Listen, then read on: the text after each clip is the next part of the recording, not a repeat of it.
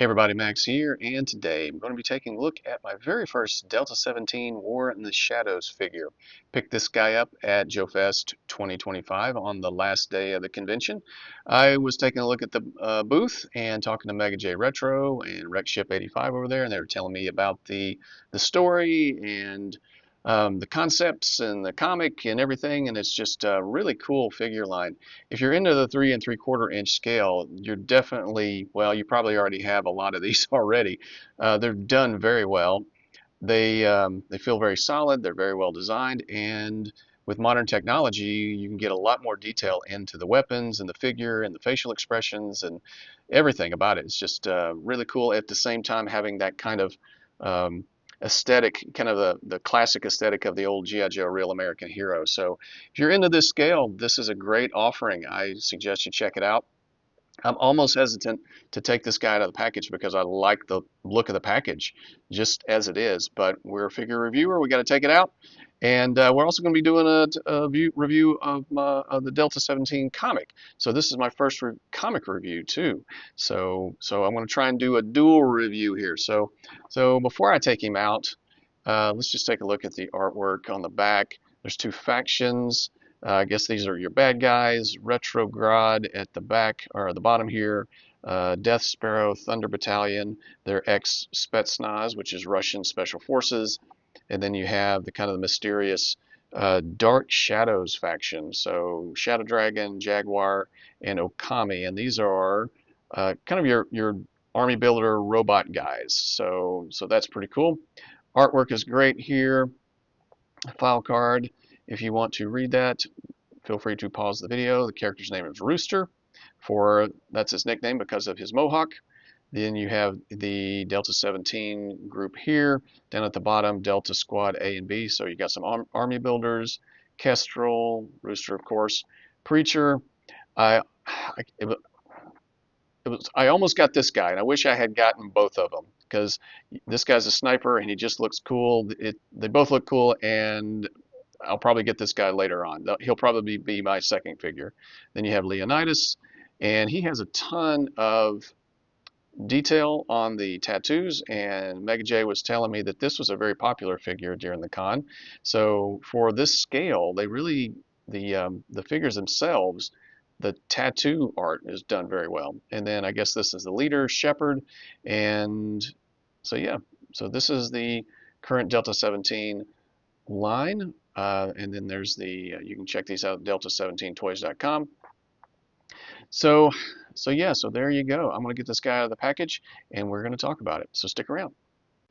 Okay, so here is Mr. Rooster out of the package, and he comes equipped with what you see here, with the addition of a second antenna that is of a softer plastic so that there's some flexibility and it will not break. So that's cool. Comes with two antennae. That is very cool. Love extra parts. So let's see, and this pegs in, so this detaches from this comms unit, it detaches from the main pack, and there is a sat phone that also detaches that I think is very well done. It's got two peg holes in the back to be fitted onto the peg holes on the comm unit. So that is nice. And so pretty good detail, just black plastic. And this peg will fit into, and I'll show in a second, it will fit in. So if you want to display him just with the comm unit, totally can do that. You got this cool pack here, green plastic. Pretty good detail on all the pouches here, and I'm not sure why, but you can detach this. I don't know if there's a reason for that I haven't realized, or maybe this is for future attachments down the line. Maybe they'll do like a weapons pack or a gear pack or something like that. Or maybe it's just to save on plastic, or I don't know. So, but anyway, you can do that if you want. So that detaches like that. So, and so yeah, the comm unit fits in like that, keeping the 3 3/4 inch scale alive. Yep. And let's see, he comes with this really cool FN scar. and a stand, and I'll show you the stand in a second. But lots of detail on this little guy. I gotta say, no detachable magazine like we're used to with the 6-inch scale military figures, and no trigger guard either, because it's a little hard to make, like separate the fingers on a figure of this size. Although there is kind of a molded trigger finger, so they're sort of trigger finger hands, and there is a hint of a trigger. But getting that finger through, I guess having a separation so you get the finger through a trigger guard would be difficult because this is harder plastic. And this is actually very sturdy. It's not flimsy at all, and a lot of great detail on the magazine, on the stock, on this awesome sight on the top, Picatinny rails. It's got a foregrip, drop-down foregrip, vertical foregrip, I guess, and as you saw just a second ago, it does, because he can hold it. It's not like our old G.I. Joe figures that couldn't really hold. Yes, they had swivel on battle grip, but I don't know if I ever was able to do something like that with the old G.I. Joes. So I don't have any of my old figures anymore. So this is, like I said, this is the first 3 3/4 inch figure that I have touched in quite a while. So one of the things that allows for the figure to hold in 2 places on this weapon is it has rotating wrists. So that is nice. Our original figures did not have that, and so that is very cool to see. So articulation, and I said I'd show you the stand. So Delta-17 stamp, very cool, nice little stand. So this guy, obviously he's a lot smaller and limited or less articulation than what you would see in a 6-inch scale, but nothing that if you were original to the G.I. Joe line, this is quite normal. So he looks down, neck and head are one piece. He looks down that far, he does not look up. There is some side to side, but there is a little, it stops about there. So he cannot look like past his collar. He cannot do that. So if you want, and I might do this, you can take a screwdriver and take the screw out and take these pieces apart and maybe do a little customization, maybe file down some plastic or something so that you get a little more range of motion. So there's that. Paint looks really good. All the green, the green plastic, and then the green paint and the black. So articulation is really good. Y pose. Arms go all the way around. And everything feels very tight. It's fluid. The joints are fluid, and yet, but not overly tight. They hold their position, and they're not difficult to move. So that is cool. Swivel arm battle grip, and he's, of course, he's an O-ring. You can see it there. So the molded vest limits forward bend, but he can, at the waist he can bend forward, but or rather at the hips he can bend forward that far. But yeah, he's not getting much forward bend at the waist. But pretty good side to side. And I do like the detail of the molly webbing and the different pouches and everything. Just a flat black paint, as far as I can tell. Yep, that is green plastic with black paint. And let's get the arms out of the way. And he kicks forward about, not quite 90 degrees. So maybe a little, maybe in future waves we have a little more, maybe take a little more space out of this so we can get a little more forward, like kick forward a little bit, maybe a little more splits. But that might actually disrupt kind of the flow of the figure in the rear section of the figure. So molded pouches, good paint on the belt, molded scout carry survival knife, painted in gray hands, black on the top, single jointed knees. I do like the knee pads. And I'm curious, since we're at a point where we can have wrist swivels, I'm wondering if someone may engineer ankle swivels in the future for these figures. That would be cool. Or maybe we'll I know it would probably take a significant change in how the function, not the function, but the design of these particular figures, but to give us a thigh cut, thigh swivel. I mean, obviously there's a screw and the thighs are two different pieces, so it had to be completely different. I'm wondering if the way it's made for 6-inch scales could be scaled down for 3 3/4 inch, or would that disrupt kind of the 3 3/4 inch purists? Would people not like that on a whole? So I don't know. I'm just kind of speculating out loud what I wouldn't mind seeing as technology advances in our figure designs. So molded sidearm and holster, gray and black, more pouches, and some pretty good detail on the boots. It's always cool to see attention to detail even on the treads, and little pouches on the boots, painted black. So yeah, solid little figure, I gotta say. I like it. And I'm already thinking, I wish I'd gotten another one. I wish I'd gotten Preacher. But then looking at their army builders, and I'm thinking, dang, they come with a lot. I wouldn't mind getting one of those guys. So that might be my next Delta-17 figure. So yeah, so let me know what you think in the comment section. Have you picked this guy up? Were you at JoeFest? Was this your first encounter with these guys like mine? If not, what was? Do you have all of them? Do you have some of them? All right, guys. Well, that is Mr. Rooster, and now we are going to go on to a comic book. So stick around. Okay, so here we are, the first issue of Delta-17, War in the Shadows. This is actually, sadly, my third attempt at recording this portion of the video because I kept referring to this character here, who's not an actual action figure, kept calling her Loadout. Her name is Leadfoot. Okay, so I'm going to try and get her name right through the rest of this video. So anyway, this is a really cool introductory first issue to the team.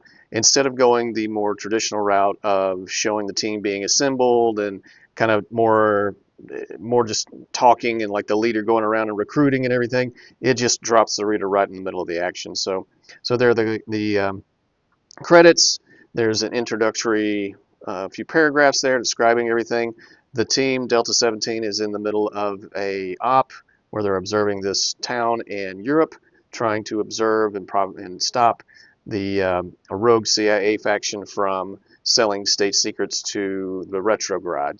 So you have really good artwork here. Looks like digitally colored, and it's done very well. The cardstock cover is really good, and the high gloss paper. I got to say that for comparing the quality of this issue to other $5 comics on the shelves today, this one blows a lot of them away. So yeah, it's you see the recreation of the characters' looks very well into the comic. I'm wondering if Leadfoot will be a figure that we'll get later on down the line. So you have Preacher in his sniper perch. He's paired up with Rooster, which is my first figure. Leonidas seems to be the kind of I guess the comic relief and agent of chaos, perhaps, and he causes some problems as this deal is going down between Retrograde and CIA. They notice him, and he takes off running, and then things kick off after that. Explosions happening, snipers being sniped, or snipers sniping, I should say. And then you have, this is actually really cool, this panel right here shows the army builder guys and some of their equipment and kind of an all-striker type all-terrain vehicle. I wonder if we're going to get some vehicles in this line down the road. That would be cool.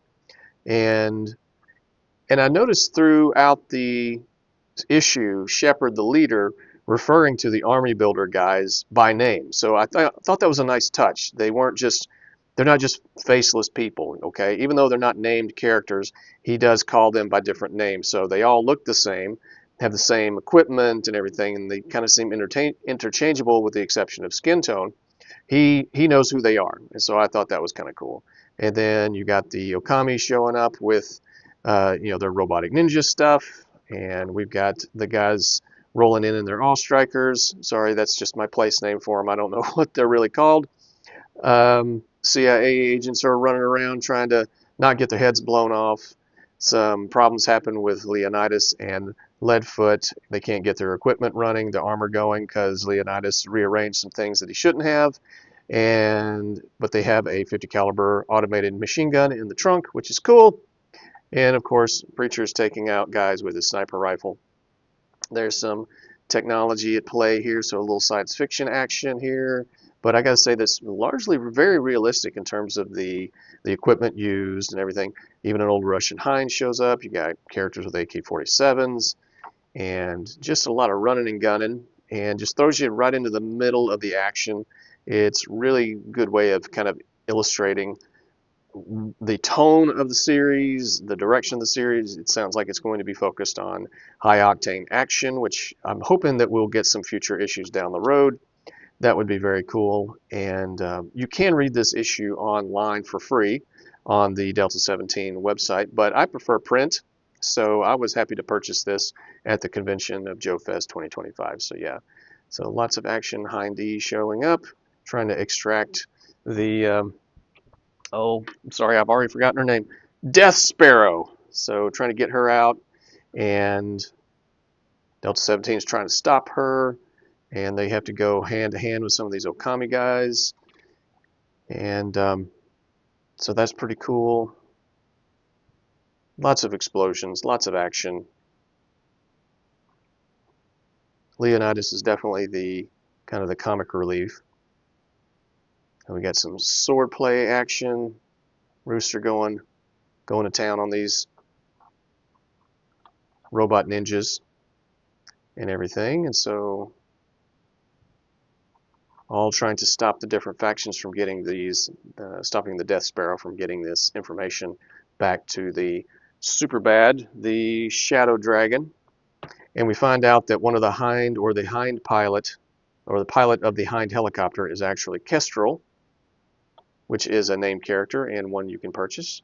And then she lets Shadow Dragon know that she has the information, and then he unleashes or sends Jaguar out to take care of the resistance. So, and then it is to be continued. So yeah, really cool first issue. I would definitely look out for the second one. We'll want to read the second one whenever it becomes available, hopefully sooner rather than later. And then there's some more advertisements for different figures in the line. This is more of an automated sentry drone, it looks like. Very cool. Hailstorm unit. So saw these at joefest too, and I thought they were very cool. Not sure of the price point though. I guess you could look them up online. But then you have all of the figures displayed here, and that is the Delta-17 first issue comic. Let me know what you think in the comments section. Did you have it? Did you pick it up at joefest? Have you picked it up at other cons? And then we have Mr. Rooster himself. I'm going to give these guys collectively a warp factor of 9. I think this is a good introduction to this particular wave. And if you are a 3 3/4 inch figure collector, this is a great starter figure. I would highly recommend you check it out if you love this kind of throwback figure line like our OG G.I. Joe figures. So, okay, guys, thanks for listening. Continue to be awesome. Warp factor of 9, and I'll talk to you guys next time.